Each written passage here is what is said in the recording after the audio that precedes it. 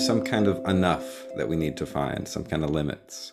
Yeah, that's a really good word, that word enough. And here too, I would say we don't have many forums in which, as communities of people, we can talk about what that is, right? When have people reached enough? Hmm. Because here is the startling thing. If you imagine talking to somebody who lived 100 years ago, for instance, they would find our lives unimaginable because of the many comforts and conveniences it affords. And the question would be, why are we still not satisfied? And I think the best way to make sense of this historically is to say that human beings are the kinds of beings that compare themselves to others. And whenever you start that game, you always find someone who's doing more, has more, looks better, whatever. And so you're perpetually dissatisfied. And that's a recipe for disaster. And I think this is why in Jewish and Christian traditions in particular, it's so important to keep this idea of the Sabbath in our minds, because the Sabbath is precisely that regular time where people ask about what they have, why they should celebrate what they have. It's also why practices of thanksgiving are so important. And Hmm. here, indigenous folks have so much to teach us about the need to regularly reflect as a community about the many ways in which our places, our habitats, our communities, are sources of our livelihood that are a blessing. Doesn't mean they're not difficult or that they can't be bothersome and disagreeable, even, but nonetheless, we can't live without them. And so I think practices of Thanksgiving and Sabbath are really, really vital at this very moment when we have not just lost the brakes, but have assumed that stepping on the accelerator will solve every problem. Yeah. Yeah, that's really great. I've heard people, refer to the idea of the Sabbath year as well, and the Jubilee year, and I know Right? part of that also involves, forgiveness of debt, Yeah. and that seems that's such a massive problem Yeah. across, all the whole planet right now. Countries in debt, individuals in debt.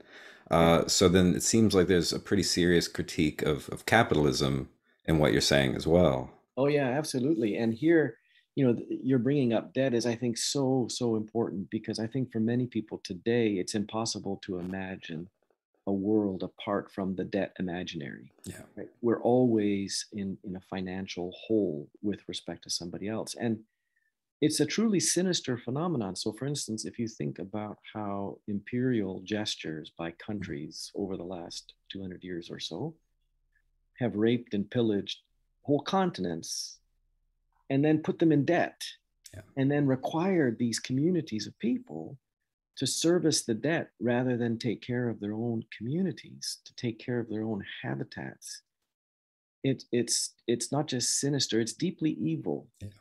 And most everybody knows that these countries are not in a position where they're ever going to pay off their debts. And it's not as though these countries are expecting that this debt will somehow alleviate their own national problems. But that debt can't be forgiven Yeah. because of some crazy logic that assumes that this is the world that we live in, where you always pay your debts, when the Sabbath and the Jubilee are the reminder that nobody should be in a condition of desperation or misery.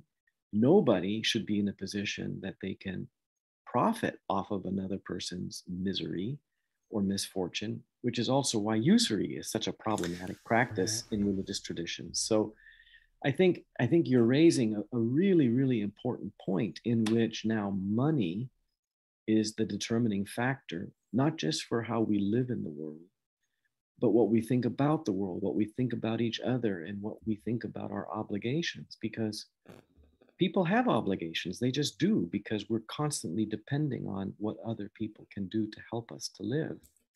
But an obligation is very different than a financial debt. Yeah. And being able to distinguish those two things is really important, because one's a moral economy and one's a financial economy. And the moral economy, which is devoted to developing relationships, is quite different than a monetary economy, which is about contracts and legality and things of that sort. Nice. That's a good distinction. Yeah, and so then the moral economy, like paying attention to that, would be a solution to the problem of the financial economy run amok. Exactly. I mean, think here about how so many traditional or indigenous cultures, when they operate in a moral economy, it's an economy that's based on sharing and gift giving. Hmm. And that's not to say there isn't money in them, right? Gift Right. economies often had money associated with them and transactions too.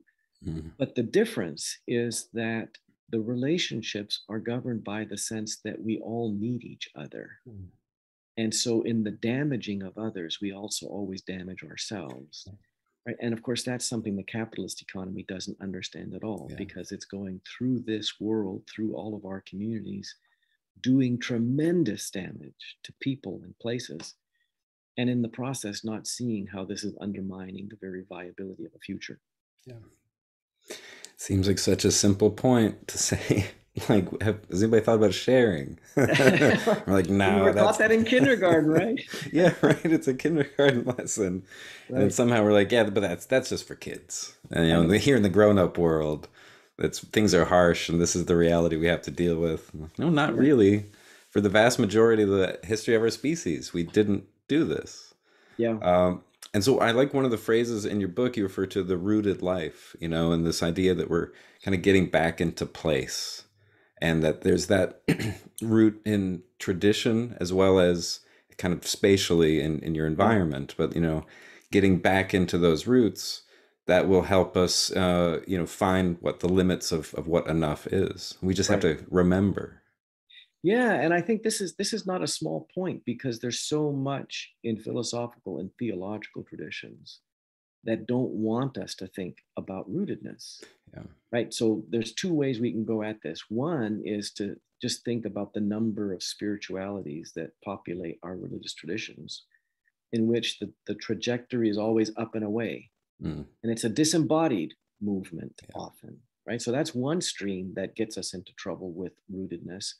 But the second one is more of a Western philosophical notion, which is, of course, we have this thing called the hierarchy of being, where you've Mm, got soil at the bottom, then plants, then animals, then humans, then angels, and then God on top.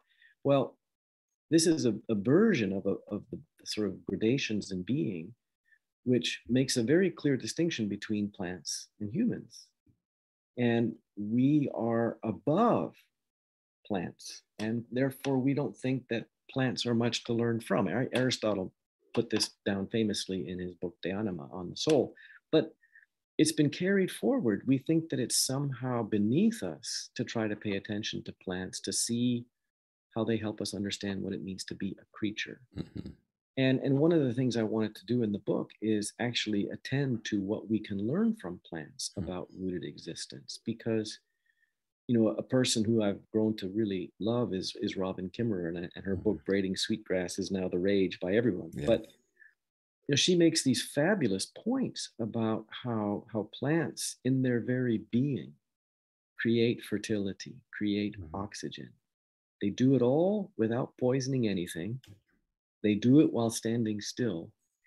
And as Wendell Berry says, they provide shade and fruit in the process. And this is something that you read some of these indigenous writers. They say, what if we were to learn from our elder sisters and brothers called the plants about what it means to live in our places in a non-contentious way? Whereas so many of the ways that we think about inhabiting a place is to be in struggle with it from the beginning.